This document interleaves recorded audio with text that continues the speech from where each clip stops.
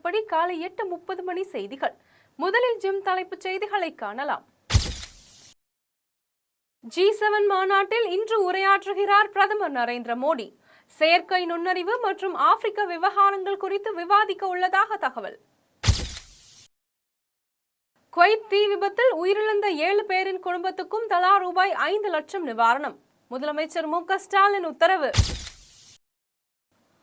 விக்கிரவாண்டி இடைத்தேர்தலுக்கான வேட்புமனு தாக்கல் இன்று தொடக்கம். இன்று காலை 11 மணி முதல் மாலை 3 மணி வரை தாக்கல் செய்ய ஏற்பாடு. ஜூன் 26ஆம் தேதி மக்களவை சபாநாயகரை தேர்வு செய்வதற்கான தேர்தல். பதவியை தக்கவைக்க பாஜக மும்முரம். நீட் தேர்வு முறைகேடு சர்ச்சை. 24 லட்சம் மாணவர்களின் குரலை நாடாளுமன்றத்தில் எழுப்புவோம். காங்கிரஸ் அறிவிப்பு. பக்ரீத் பண்டிகைக்கு கால்நடைகளை பலியிட தடை கோரி வழக்கு. சம்பந்தப்பட்ட தரப்பினரை எதிர் மனுதாரர்களாக இணைக்க வேண்டும் என மதுரை உயர்நீதிமன்ற கிளை உத்தரவு. முஸ்லிம்களை தவறாக சித்தரிக்கும் காட்சிகள், வசனங்கள். ஹமாரே ஃபாராக் என்ற ஹிந்தி படத்தை வெளியிடுவதற்கு உச்சநீதிமன்றம் தடை. இத்தாலி நாடாளுமன்றத்தில் எம்பிக்கள் மோதல். பிரதமர் மோடியின் வருகையொட்டி அடிதடியால் சலசலப்பு. இனி விரிவான செய்திகளை காணலாம். G7 மாநாட்டில் பங்கேற்பதற்காக இத்தாலி புறப்பட்ட பிரதமர் மோடி இந்த மாநாட்டில் எரிசக்தி, AI எனப்படும் செயற்கை நுண்ணறிவு மற்றும் ஆப்பிரிக்க விவகாரங்கள் குறித்து விவாதிக்க உள்ளதாக தெரிவித்தார். G7 நாடுகளின் உச்சி மாநாடு இத்தாலியின் பஷோனா நகரில் உள்ள அபுலியாவில் 13ஆம் தேதி துவங்கி 15ஆம் தேதி வரை நடக்கிறது. இந்த மாநாட்டில் ரஷ்யா உக்ரைன் போர், இஸ்ரேல் காசா போர் ஆகியவை முக்கிய விவாத பொருளாக இருக்கும். இந்நிலையில் 3வது முறையாக பிரதமராக பதவியேற்றுள்ள மோடி தன் முதல் வெளிநாட்டு பயணமாக இத்தாலி புறப்பட்டார். இந்நிலையில் இன்று நடக்கும் G7 கூட்டத்தில் பிரதமர் பங்கேற்று பேசுகிறார். குவைத் தீ விபத்தில் உயிரிழந்த தமிழர்கள் 7 பேரின் குடும்பத்துக்கும் நிவாரணம் வழங்க முதலமைச்சர் மு.க. ஸ்டாலின் உத்தரவிட்டுள்ளார். குவைத்தில் அடுக்குமாடி குடியிருப்பில் ஏற்பட்ட தீ விபத்தில் பலியானவர்களில் 45 பேர் இந்தியர்கள் என அடையாளம் காணப்பட்டுள்ளது. அதில் 7 பேர் தமிழ்நாட்டை சேர்ந்தவர்கள் என்பது சோகத்தை ஏற்படுத்தியுள்ளது. பலியானவர்களின் உடல்களை விமானம் மூலம் சொந்த ஊருக்கு எடுத்து வர தமிழ்நாடு அரசு ஏற்பாடு செய்துள்ளது. இந்நிலையில் தமிழர்கள் 7 பேரின் குடும்பத்துக்கும் தலா 5 லட்சம் நிவாரணம் வழங்க முதலமைச்சர் மு.க. ஸ்டாலின் உத்தரவிட்டுள்ளார். மேலும் காயமடைந்தவர்களுக்கு தேவையான உதவிகள் வழங்கப்படும் என்று உறுதியளித்துள்ளார். விக்கிரவாண்டி சட்டமன்ற தொகுதி இடைத்தேர்தலுக்கான வேட்புமனு தாக்கல் இன்று தொடங்குகிறது. விழுப்புரம் மாவட்டம் பிடாகத்தை அடுத்த அத்தியூர் திருவாதி கிராமத்தை சேர்ந்தவர் புகழேந்தி. விக்கிரவாண்டி தொகுதி திமுக MLA-வாக இருந்த அவர் கடந்த ஏப்ரல் மாதம் 6ஆம் தேதி காலை திடீரென மாரடைப்பு ஏற்பட்டு மரணமடைந்தார். இந்த சூழலில் விக்கிரவாண்டி சட்டமன்ற தொகுதி இடைத்தேர்தலுக்கான வேட்புமனு தாக்கல் இன்று தொடங்குகிறது. வேட்புமனு தாக்கல் செய்ய 21ஆம் தேதி கடைசி நாளாகும். வேட்புமனுக்கள் 24ஆம் தேதி பரிசீலனை செய்யப்படும். மனுவை வாபஸ் பெற 26ஆம் தேதி கடைசி நாளாகும். தேர்தலில் போட்டியிடும் வேட்பாளர்கள் தங்களது வேட்புமனுவை விக்கிரவாண்டி தாலுகா அலுவலகத்தில் இன்று காலை 11 மணி முதல் மாலை 3 மணி வரை தாக்கல் செய்ய ஏற்பாடு செய்யப்பட்டுள்ளது. மேலும் தேர்தல் அலுவலகத்தில் இருந்து 100 மீட்டர் தொலைவில் உள்ளே யாரும் செல்லாத அளவிற்கு எல்லை கோடுகள் வரையப்பட்டுள்ளதோடு அங்கு போலீசார் பேரிகார்டு மூலம் தடுப்புகளை அமைத்துள்ளனர். அது மட்டுமின்றி தேர்தல் விதிமுறைகளை பின்பற்றி வேட்புமனு தாக்கல் செய்கிறார்களா என்பதை கண்காணிக்கும் வகையில் விக்கிரவாண்டி தாலுகா அலுவலகத்தில் கண்காணிப்பு கேமரா பொருத்தப்பட்டு கண்காணிக்கவும் நடவடிக்கை எடுக்கப்பட்டுள்ளது. மக்களவை சபாநாயகரை தேர்வு செய்வதற்கான தேர்தல் ஜூன் 26ஆம் தேதி நடைபெற உள்ளது. மக்களவையில் பாஜக கூட்டணிக்கு 293, இந்தியா கூட்டணிக்கு 234 நாடாளுமன்ற உறுப்பினர்கள் உள்ளனர். மக்களவை சபாநாயகர் பதவியை தக்க வைக்க பாஜக மும்முரம் காட்டி வருகிறது. இந்நிலையில் சபாநாயகர் பதவிக்கு இந்தியா கூட்டணி தரப்பில் பொது வேட்பாளரை நிறுத்த தீவிரமாக ஈடுபட்டு வருகின்றனர். நீட் தேர்வு முடிவுகளால் பாதிக்கப்பட்ட 24 லட்சம் மாணவர்களின் குரலை நாடாளுமன்றத்தில் சத்தமாக எழுப்புவோம் என்று காங்கிரஸ் கட்சி கூறியுள்ளது. காங்கிரஸ் MP கௌரவ் கோகாய் டெல்லியில் காங்கிரஸ் தலைமையகத்தில் செய்தியாளர்களை சந்தித்தார். அப்போது நீட் தேர்வு ஊழல் குறித்து உச்சநீதிமன்றம் கண்காணிப்புடன் விசாரணை நடத்தப்பட வேண்டும் என்றும், தற்போதைய தேசிய தேர்வு முகமை தலைவர் தலைமையில் நேர்மையான விசாரணை நடக்காது, ஆகவே அவரை நீக்க வேண்டும் என்றும், ஆனால் விசாரணை தொடர்பான காங்கிரசின் கோரிக்கையை பாஜக அணுகும் விதம் பொறுப்பற்றதாக இருக்கிறது, பிரச்சனையில் இருந்து மத்திய அரசு தப்பி ஓடுகிறது என்று குற்றம் சாட்டினார். மேலும் இந்தியா கூட்டணி நீட் தேர்வு மாணவர்களின் பிரச்சனையை கையில் எடுக்கும் என்றும், நாடு முழுவதும் நிலவும் கோபம் நாடாளுமன்றத்தில் எதிரொலிக்கும் என்றார். 24 லட்சம் மாணவர்களின் குரலை நாடாளுமன்றத்தில் சத்தமாக எழுப்போம் என்று தெரிவித்த அவர், மத்திய அரசை பணிய வைக்கும் அளவுக்கு இந்தியா கூட்டணிக்கு பலம் உள்ளது என்று தெரிவித்தார். பக்ரீத் பண்டிகைக்கு கால்நடைகள் பலியிட தடை கோரி வழக்கில் சம்பந்தப்பட்ட தரப்பினரை எதிர் மனுதாரர்களாக இணைக்க வேண்டும் என உயர்நீதிமன்றம் உத்தரவிட்டுள்ளது. பக்ரீத் பண்டிகையொட்டி திருச்சி மாவட்டத்தில் அரசின் உரிமம் பெற்ற இடங்களை தவிர வேறு எங்கும் கால்நடைகளை பலியிட தடை கோரிய வழக்கில் சம்பந்தப்பட்ட மதத்தினருக்கு கருத்து தெரிவிக்க வாய்ப்பளிக்காமல் இடைக்கால உத்தரவு பிறப்பிக்க இயலாது. திருச்சியில் உரிமம் பெற்று 10 விலங்குகள் வதைக்கூடங்கள் செயல்படுகின்றன. வதைக்கூடங்களை தவிர்த்து பொதுவெளியில் கால்நடைகளை பலியிடுவதாக இதுவரை புகார் வரவில்லை. வந்தால் நடவடிக்கை எடுக்கப்படும் என்றும் விலங்குகள் வதை தடுப்பு சட்டத்தில் மத ரீதியான விழாக்கள் தொடர்பாக விதிவிலக்கு அளிக்கப்பட்டுள்ளது என்றும் கூறினர். மேலும் இது மிகப்பெரிய விவகாரம் தொடர்பானது. ஜூன் 17 பக்ரீத் பண்டிகை வருகிறது. எனவே சம்பந்தப்பட்ட தரப்பினரை எதிர் மனுதாரர்களாக இணைக்க வேண்டும் என உயர்நீதிமன்ற மதுரை கிளை உத்தரவிட்டது. முஸ்லிம்களை தவறாக சித்தரிக்கும் காட்சிகள், வசனங்கள் இருப்பதாக ஹமாரே ஃபாரக் என்ற ஹிந்தி படத்தை வெளியிடுவதற்கு உச்சநீதிமன்றம் தடை விதித்துள்ளது. பிரபல பாலிவுட் நடிகர் அன்னூர் கபூர் உள்ளிட்டோர் நடிக்கும் ஹமாரே ஃபாரக் படத்தின் முன்னோட்ட காட்சிகள் சமீபத்தில் வெளியாயின. இதில் முஸ்லிம்களை தவறாக சித்தரிக்கும் காட்சிகள், வசனங்கள் இருப்பதாக புகார்கள் எழுந்தன. இந்த படத்துக்கு தடை விதிக்க கோரி மும்பை உயர்நீதிமன்றத்தில் வழக்கு தொடரப்பட்டது. இதை விசாரித்த உச்சநீதிமன்ற அமர்வு பிறப்பித்த உத்தரவில், இந்த படத்தின் முன்னோட்ட காட்சிகளை நாங்கள் பார்த்தோம். நீங்கள் கூறியது போல் ஆட்சேபனைக்குரிய காட்சிகள் நீக்கப்படவில்லை.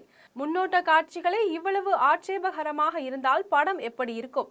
நீதிமன்ற உத்தரவுக்கு பின் சில காட்சிகளை, வசனங்களை நீக்குவதாக கூறியுள்ள போதே நீங்கள் தோற்றுவிட்டீர்கள்.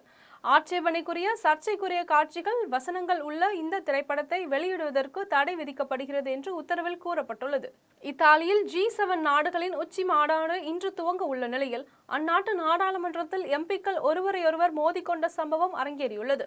இத்தாலி நாடாளுமன்ற கூட்டத்தில் வடக்கு பகுதி மாகாணங்களுக்கு சுயாட்சி வழங்குவது தொடர்பாக ஆளும் கட்சி அமைச்சர் ராபர்டோ கால்டெரோசி உரையாற்றினார். அப்போது 5 ஸ்டார் இயக்கத்தை சேர்ந்த லியனார்டோ டோனோ என்ற எம்பி இத்தாலி தேசிய கொடியை ராபர்டோ கால்டெரோசி கழுத்தில் கட்ட முயன்றார். இதனை சக எம்பிக்கள் தடுத்த போது ஏற்பட்ட கைகலப்பு மோதலாக மாறியது. இதையடுத்து ஒருவரையொருவர் தாக்கிக் கொண்டனர். G7 நாடுகளின் உச்சி மாநாடு இத்தாலியின் பஷோனோ நகரில் உள்ள அபுலியாவில் இன்று துவங்கி 15ஆம் தேதி வரை நடக்கிறது. மாநாட்டில் பங்கேற்பதற்காக நேற்று இரவு பிரதமர் மோடி இத்தாலி புறப்பட்டு சென்றார். இந்த சூழ்நிலையில் அங்கு நாடாளுமன்றத்தில் அடிதடி நடந்துள்ளது. அதிமுக நிர்வாகியின் இல்ல திருமண வரவேற்பு நிகழ்ச்சியில் அதிமுக பொதுச் செயலாளர் எடப்பாடி பழனிசாமி கலந்து கொண்டு மணமக்களை வாழ்த்தினார். திருவண்ணாமலை கிழக்கு மாவட்ட ஜெயலலிதா பேரவையின் மாவட்ட செயலாளரும் முன்னாள் மாவட்ட கழக செயலாளருமான பெருமாள் நகர் கே ராஜன் இல்ல திருமண வரவேற்பு விழா நடைபெற்றது. விழாவில் தமிழக அதிமுக எதிர்க்கட்சித் தலைவரும் முன்னாள் முதலமைச்சருமான எடப்பாடி கே பழனிசாமி கலந்து கொண்டார். அவருக்கு திருவண்ணாமலை அதிமுக சார்பில் சிறப்பான வரவேற்பு அளிக்கப்பட்டது. அதன் பின்னர் திருமண மண்டபத்திற்கு வருகை தந்த அதிமுக பொதுச் செயலாளர் எடப்பாடி பழனிசாமிக்கு தொண்டர்கள் உற்சாகத்துடன் வரவேற்றனர். அதன் பின்னர் மணமக்கள் கார்த்திக், ஆஸ்டி, லோரி, ட்ரோச்சி, மெர்லோ ஆகியோரின் திருமண வரவேற்பு நிகழ்ச்சியில் கலந்து கொண்டு மணமக்களை வாழ்த்தினார். வரவேற்பு நிகழ்ச்சியில் முன்னாள் அமைச்சர்கள் ராமச்சந்திரன், அக்ரி கிருஷ்ணமூர்த்தி, MC சம்பத் மற்றும் முக்கூர் சுப்பிரமணி, மோகன், வீரமணி மற்றும் முக்கிய பிரமுகர்கள் கலந்து கொண்டு மணமக்களை வாழ்த்தினர்.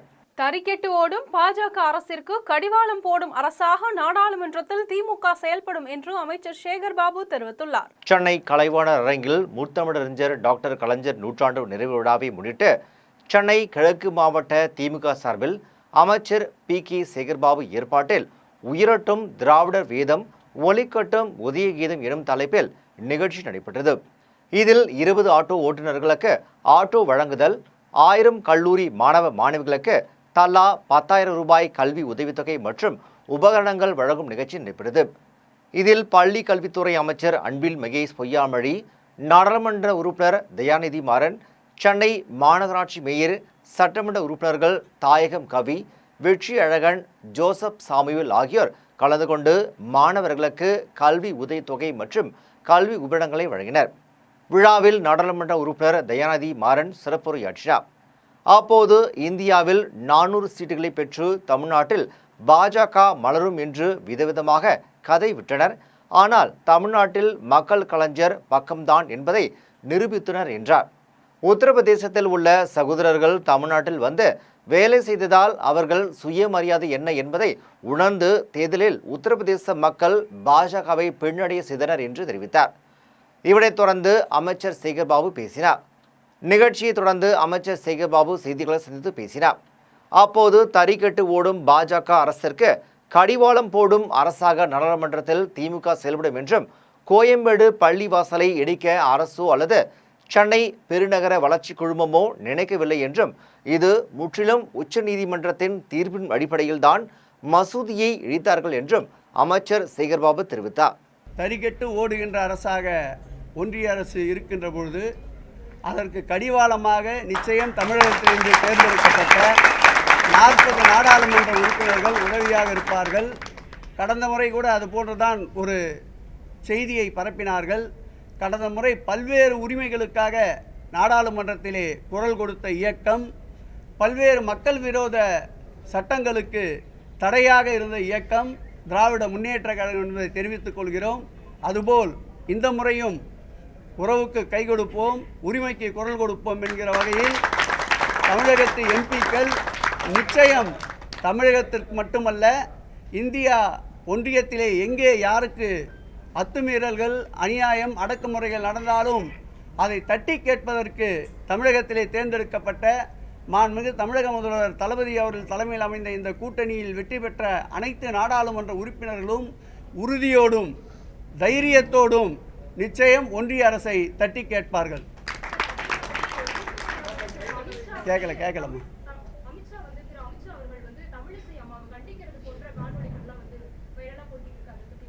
அது அமித்ஷா. பாலானந்தல் ஊராட்சிக்கு உட்பட்ட பாரதிபுரம் பகுதிகளில் கடந்த 3 மாதங்களாக குடிநீர் வராததால் பொதுமக்கள் காலி குடங்களுடன் சாலை மறியல் போராட்டத்தில் ஈடுபட்டனர். திருவண்ணாமலை மாவட்டம் பாலானந்தர் ஊராட்சிக்குட்பட்ட பாரதிபுரம் பகுதிகளில் 150க்கும் மேற்பட்ட குடும்பத்தினர் வசித்து வருகிறார்கள்.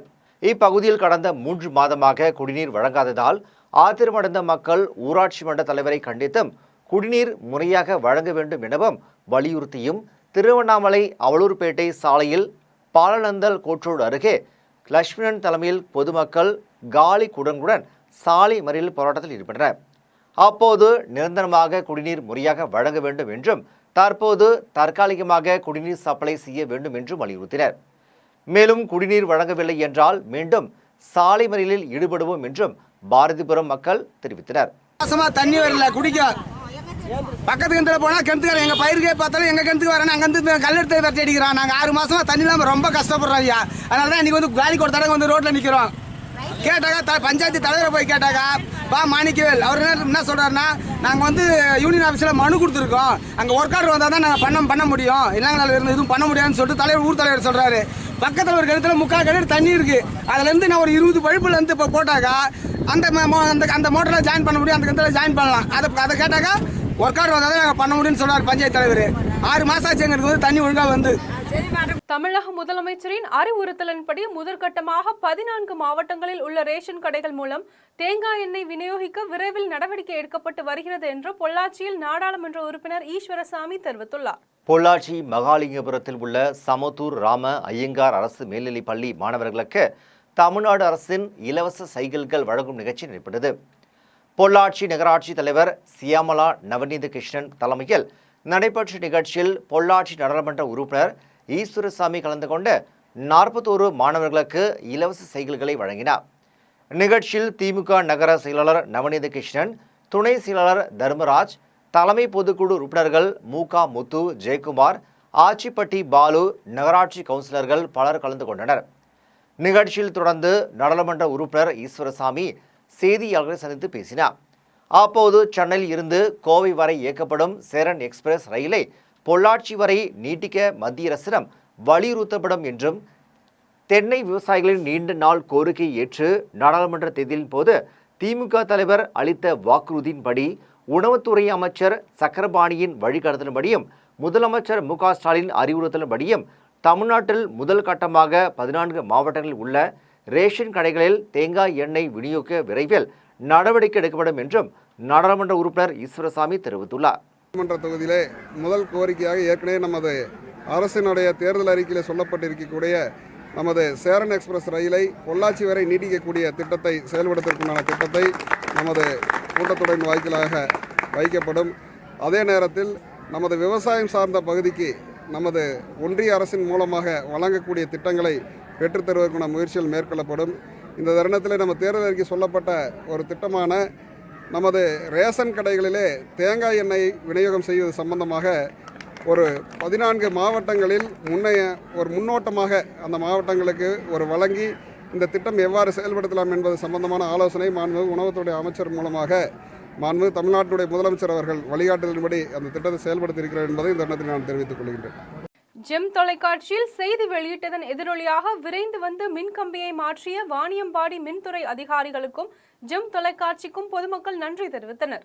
திருப்பத்தூர் மாவட்டம் வாணியம்பாடியில் 35வது வார்டுக்கு உட்பட்ட நேதாஜி நகர் முத்து மாரியம்மன் திருக்கோவில் பகுதியில் 50க்கும் மேற்பட்ட குடும்பத்தினர் வசித்து வருகிறார்கள். இந்த நிலையில் அந்த பகுதியில் அமைக்கப்பட்டுள்ள மின் கம்பத்திலிருந்து செல்லும் தாழ்வான மின் கம்பிகளை மாற்றியமைக்க வேண்டும் எனவும் மின் கம்பங்களை மாற்றுவதற்கு ஆன்லைன் மூலம் மின் வாரிய அலுவலகத்திற்கு ரூபாய் 30,000 செலுத்தியதாகவும் நேதாஜி நகர் பகுதி மக்கள் அளித்த செய்தி ஜெம் தொலைக்காட்சியில் ஒளிபரப்பானது. இந்நிலையில் செய்தி வெளியிட்ட ஜெம் தொலைக்காட்சிக்கு விரைவாக செயல்பட்டு மின் கம்பிகளை மாற்றிய வாணியம்பாடி மின் துறையினருக்கும் நேதாஜி நகர் பகுதி மக்கள் நன்றி தெரிவித்தனர். என் பேர் ஜெகன், நேதா நகர் வாணியம்பாடி. இந்த மாதிரி ஜெம் டிவியில் நேற்று சொல்ல அந்த நீண்ட நாள் கோரிக்கையாக இருந்துச்சு இபி லைன் கட் பண்ண சொல்லி. அவங்க கட் பண்ண வரவே இல்லை. நேற்று வந்து பேட்டி எடுத்தாங்க ஜெம் டிவியில்.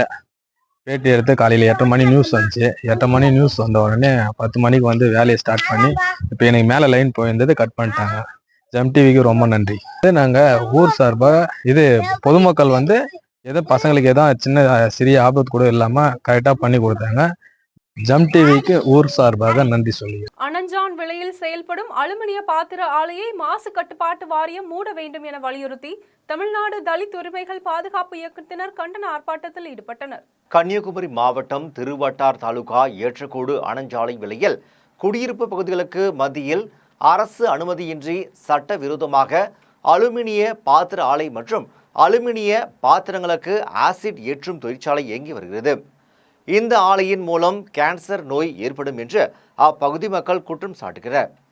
இதனையடுத்து ஆலை உரிமையாளரிடம் லஞ்சம் பெற்றுக்கொண்டு போராட்டம் நடத்தியவர்களை சிறையில் அடைத்த திருவட்டார் காவல் நிலைய ஆய்வாளர் மீது நடவடிக்கை எடுக்க வேண்டும் என்றும் பொய் வழக்கை ரத்து செய்ய வேண்டும், மாசு கட்டுப்பாட்டு வாரியம் ஆலையை மூட வேண்டும் என்பன உள்ளிட்ட கோரிக்கைகளை வலியுறுத்தி கன்னியாகுமரி மாவட்ட ஆட்சியர் அலுவலகம் முன்பு தமிழ்நாடு தலித் உரிமைகள் பாதுகாப்பு இயக்கத்தினர் 100க்கும் மேற்பட்டோர் கண்களில் கருப்பு கொடி கட்டிக்கொண்டு கண்டன ஆர்ப்பாட்டத்தில் ஈடுபட்டனர். கன்னியாகுமரி மாவட்டம் திருவட்டார் தாலுகா ஆற்றூர் பேரூராட்சிக்குட்பட்ட ஏற்றக்கோடு அனஞ்சான் விலையில் கடந்த 25 வருடமாக அரசிடம் எந்த அனுமதியும் வாங்காமல் முறையான எந்த ஒரு பேரூராட்சி அனுமதி இல்லாமல் மாசு கட்டுப்பாட்டு வாரிய அனுமதி இல்லாமல் ஒரு ஆசிட் தொழிற்சாலை ஒரு அலுமினிய பாத்திர தொழிற்சாலை வந்து செயல்பட்டு இருக்கேன். இந்த தொழிற்சாலை சுற்றி வந்து ஒரு அடி தூரத்தில் வந்து சுற்றி 4 பக்கமுமே வந்து வீடுகள் இருக்குது. இதனால் அந்த பகுதியில் வந்து தொடர்ச்சியாக கேன்சர் நோயினால் பாதிக்கப்பட்டு கிட்டத்தட்ட வந்து ஒரு 7 உயிரிழப்புகள் நடந்துடுச்சு. ஆனால் இதுவரைக்கும் வந்து அந்த ஆலையை மூடுறதுக்கு அந்த பகுதி மக்கள் தொடர்ச்சியாக புகார் மனு கொடுத்து போராட்டம் நடத்தியும் இந்த குமரி மாவட்ட நிர்வாகம் இதுவரைக்கும் வந்து அந்த ஆலையை மூடுறதுக்கோ அந்த பகுதியில் நிலவக்கூடிய அந்த வந்து நச்சு காற்றை வெளியேற்றுறதுக்கோ இந்த மாவட்ட நிர்வாகம் எந்த நடவடிக்கை எடுக்கலைங்க. திருமணஞ்சேரியில் ஊராட்சி கிராம செயலக கட்டிடத்தை ஊராட்சி மன்ற தலைவர் தலைமையில் பொதுமக்களே ரிப்பன் வெட்டி திறந்து வைத்தது நிகழ்ச்சியை ஏற்படுத்தியுள்ளது. புதுக்கோட்டை மாவட்டம் கரம்பக்குடி அடுத்த திருமணஞ்சேரி கிராம ஊராட்சி மன்ற தலைவராக லேனா பிரபு காந்தி பணிபுரிந்து வருகிறார். இந்நிலையில் ரூபாய் 39,95,000 ரூபாய் மதிப்பீட்டில் புதிய கிராம செயலக கட்டடம் கட்டப்பட்டுள்ளது. இந்த கட்டிடத்தை பொதுமக்கள் திறந்து வைக்க கோரி ஊராட்சி மன்ற தலைவர் லெனா பிரபு காந்தி கோரிக்கை வைத்திருந்தார்.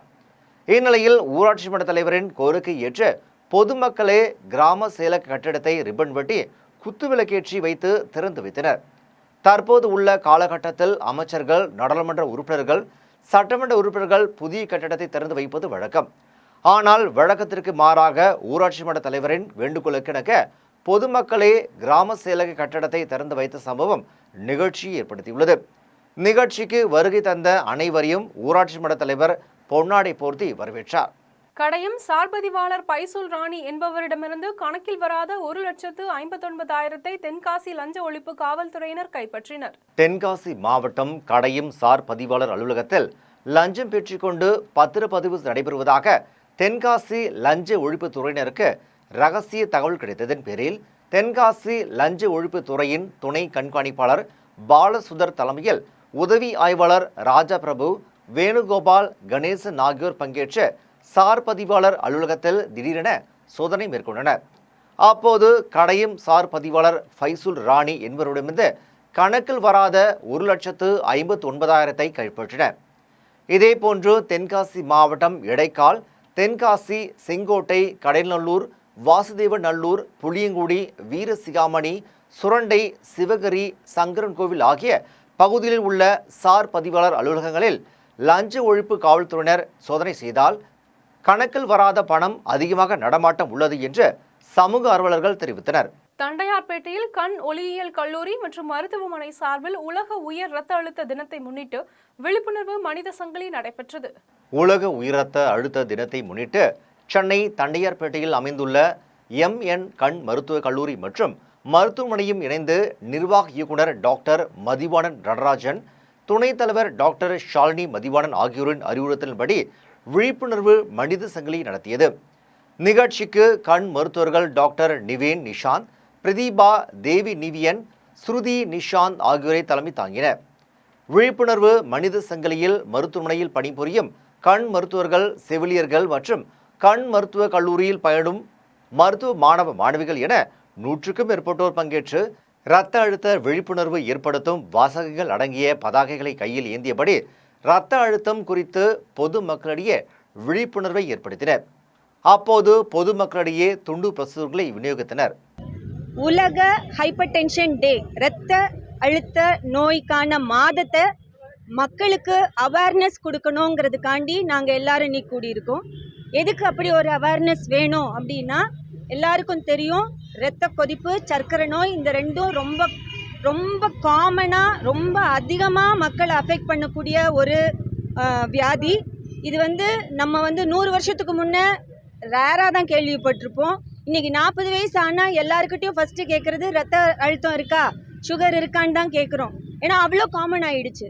வந்தவாசி அன்னை சத்யா மகளிர் தையல் தொழிலாளர் கூட்டுறவு சங்கத்தில் தையல் கலை தொழிலாளர்கள் உறுப்பினராக சேர்க்க வேண்டும் என வந்தவாசி CBM கட்சி அலுவலகத்தில் நடைபெற்ற கூட்டத்தில் தீர்மானம் நிறைவேற்றப்பட்டது. திருவண்ணாமலை மாவட்டம் வந்தவாசி CBM கட்சி அலுவலகத்தில் மாவட்ட தையல் கலை தொழிலாளர்கள் சங்க கூட்டம் மாவட்ட குழு உறுப்பினர் அப்துல் காதர் தலைமையில் நடைபெற்றது. கூட்டத்தில் மாவட்ட செயலாளர் M வீரபத்ரன் சிறப்புரையாற்றினார்.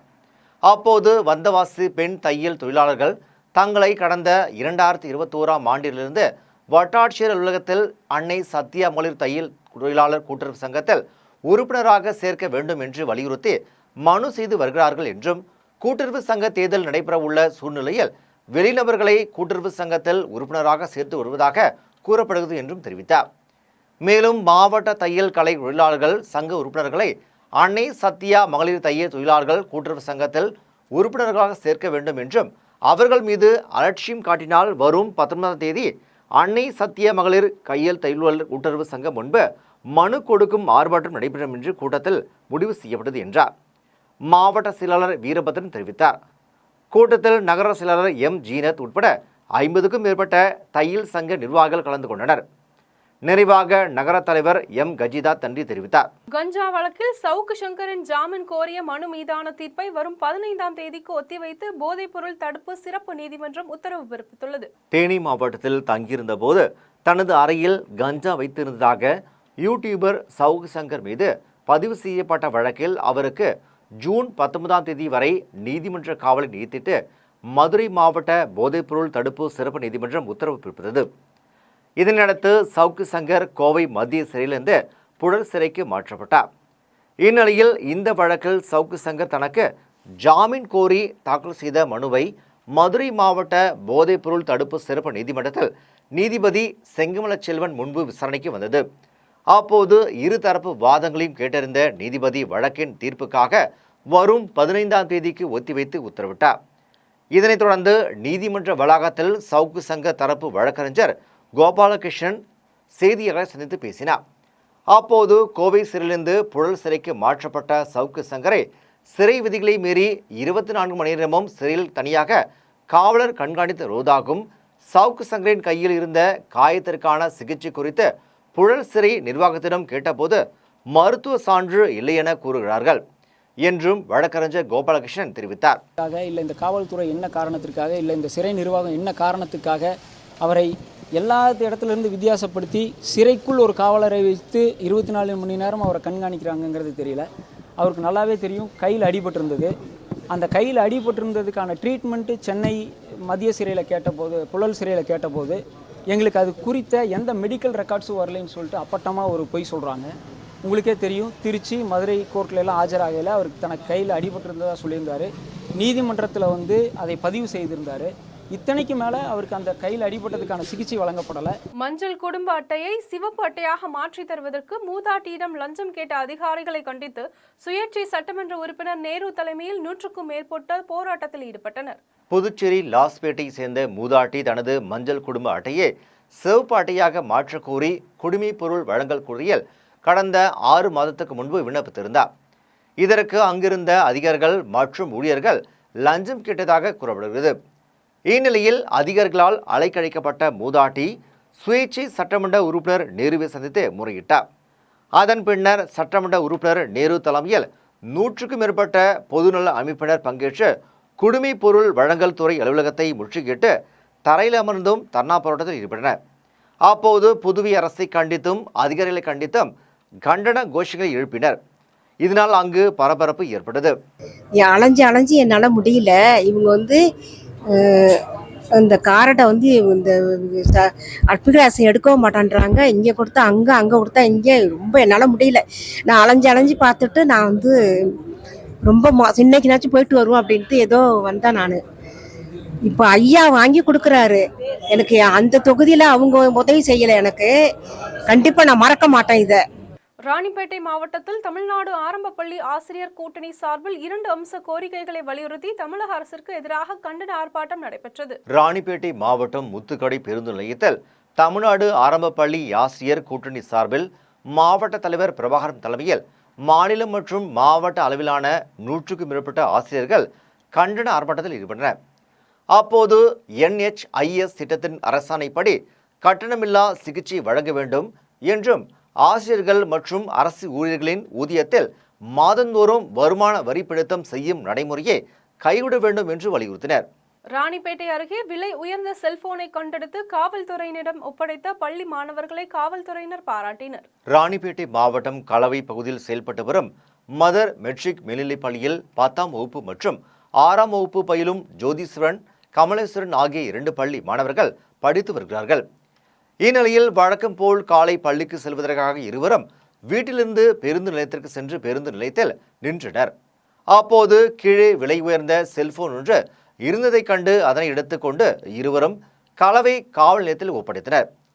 காவல் நிலையத்தில் செல்போனை ஒப்படைத்த 2 பள்ளி மாணவர்களுக்கு பொதுமக்கள் மற்றும் காவல்துறையினர் உட்பட பலரும் பாராட்டுகளை தெரிவித்தனர். திண்டுக்கல் அருகே கடன் பிரச்சனையால் காவலர் தூக்கிட்டு தற்கொலை செய்து கொண்ட சம்பவம் அப்பகுதியில் சோகத்தை ஏற்படுத்தியுள்ளது. திண்டுக்கல் மாவட்டம் கன்னிவாடி பகுதியை சேர்ந்த ஓய்வு பெற்ற அரசு பேருந்து ஓட்டுநர் ஆறுமுகத்தின் மகன் வினோத்குமார் என்பவர் சென்னையில் AR காவலராக பணியாற்றி வருகிறார். இவருக்கு திருமணமான நிலையில் ரித்திக் சிவா என்ற ஆண் குழந்தை உள்ளது. இந்நிலையில் 2 நாள் விடுமுறைக்காக தனது சொந்த ஊரான கன்னிவாடிக்கு சென்றுள்ளார். இந்நிலையில் குடும்ப பிரச்சனை மற்றும் கடன் பிரச்சனை காரணமாக வினோத்குமார் தனது வீட்டிலேயே தூக்கிட்டு தற்கொலைக்கு முயற்சித்துள்ளார். இதனை பார்த்த அக்கம் பக்கத்தினர் அவரை மீட்டு கன்னிவாடி அரசு மருத்துவமனைக்கு அனுப்பி வைத்தனர். ஆனால் வரும் வழியிலே காவலர் உயிரிழந்து விட்டதாக மருத்துவர்கள் தெரிவித்தனர். இது குறித்து கன்னிவாடி காவல்துறையினர் வழக்கு பதிவு செய்து விசாரணை மேற்கொண்டனர். காவலர் தூக்கிட்டு தற்கொலை செய்து கொண்ட சம்பவம் அப்பகுதியில் பெரும் சோகத்தை ஏற்படுத்தியுள்ளது. ராமநாதபுரத்தில் தனியார் பள்ளியில் நகர்மன்ற தலைவர் RK கார்மேகம் பங்கேற்று ஏழை மாணவர்களுக்கு இலவச நோட்டு புத்தகங்களை வழங்கினார். ராமநாதபுரம் மாவட்டம் அகரகாரம் சாலையில் செயல்படும் சபா நடேசையர் தொடக்கப்பள்ளி 1870ஆம் ஆண்டு தொடங்கப்பட்ட 154 வருடமாக அரசு உதவி பெறும் பள்ளியாக விளங்கி வருகிறது. இப்பள்ளியில் பயின்று வரும் ஏழை மாணவர்களுக்கு கல்வி உபகரணங்கள் வழங்கும் நிகழ்ச்சி நடைபெறுகிறது. நிகழ்ச்சியில் சட்டமன்ற உறுப்பினரும் திமுக மாவட்ட செயலாளருமான காதர் பாட்ஷா முத்துராமலிங்கம் தலைமை தாங்கினார். நிகழ்ச்சியில் மாவட்ட இளைஞரணி அமைப்பாளர் சம்பத் ராஜா, துணை அமைப்பாளர் ரமேஷ் கண்ணா ஆகியோர் ஏற்பாட்டில் அனைத்து மாணவர்களுக்கும் இலவச நோட்டு புத்தகங்கள் உள்ளிட்ட கல்வி உபகரணங்கள் வழங்கப்பட்டது. நிகழ்ச்சியில் நகரமன்ற தலைவர் RK கார்மேகம், துணைத் தலைவர் பிரவீன், தங்கம் மற்றும் திமுக நிர்வாகிகள் ஏராளமானோர் கலந்து கொண்டனர். மீண்டும் ஜிம் தலைப்புச் செய்திகள். G7 மாநாட்டில் இன்று உரையாற்றுகிறார் பிரதமர் நரேந்திர மோடி. செயற்கை நுண்ணறிவு மற்றும் ஆப்பிரிக்க விவகாரங்கள் குறித்து விவாதிக்க உள்ளதாக தகவல். குவைத் தீ விபத்தில் உயிரிழந்த 7 பேரின் குடும்பத்துக்கும் தலா ரூபாய் 5 லட்சம் நிவாரணம். முதலமைச்சர் மு க ஸ்டாலின் உத்தரவு. விக்கிரவாண்டி இடைத்தேர்தலுக்கான வேட்புமனு தாக்கல் இன்று தொடக்கம். இன்று காலை 11 மணி முதல் மாலை 3 மணி வரை தாக்கல் செய்ய ஏற்பாடு. ஜூன் 26ஆம் தேதி மக்களவை சபாநாயகரை தேர்வு செய்வதற்கான தேர்தல். பதவியை தக்கவைக்க பாஜக மும்முரம். நீட் தேர்வு முறைகேடு சர்ச்சை. 24 லட்சம் மாணவர்களின் குரலை நாடாளுமன்றத்தில் எழுப்புவோம். காங்கிரஸ் அறிவிப்பு. பக்ரீத் பண்டிகைக்கு கால்நடைகளை பலியிட தடை கோரி வழக்கு. சம்பந்தப்பட்ட தரப்பினரை எதிர் மனுதாரர்களாக இணைக்க வேண்டும் என மதுரை உயர்நீதிமன்ற கிளை உத்தரவு. முஸ்லிம்களை தவறாக சித்தரிக்கும் காட்சிகள், வசனங்கள். ஹமாரே ஃபாராக் என்ற ஹிந்தி படத்தை வெளியிடுவதற்கு உச்சநீதிமன்றம் தடை. இத்தாலி நாடாளுமன்றத்தில் எம்பிக்கள் மோதல். பிரதமர் மோடியின் வருகையொட்டி அடிதடியால் சலசலப்பு. இத்துடன் ஜெம் செய்திகள் நிறைவடைகின்றன. மீண்டும் ஜெம் செய்திகள் மதியம் 1:30 மணிக்கு. உடனுக்குடன் செய்திகளை காண GemLive.tv என்ற இணையதளத்தில் இணைந்திருங்கள். நன்றி, வணக்கம்.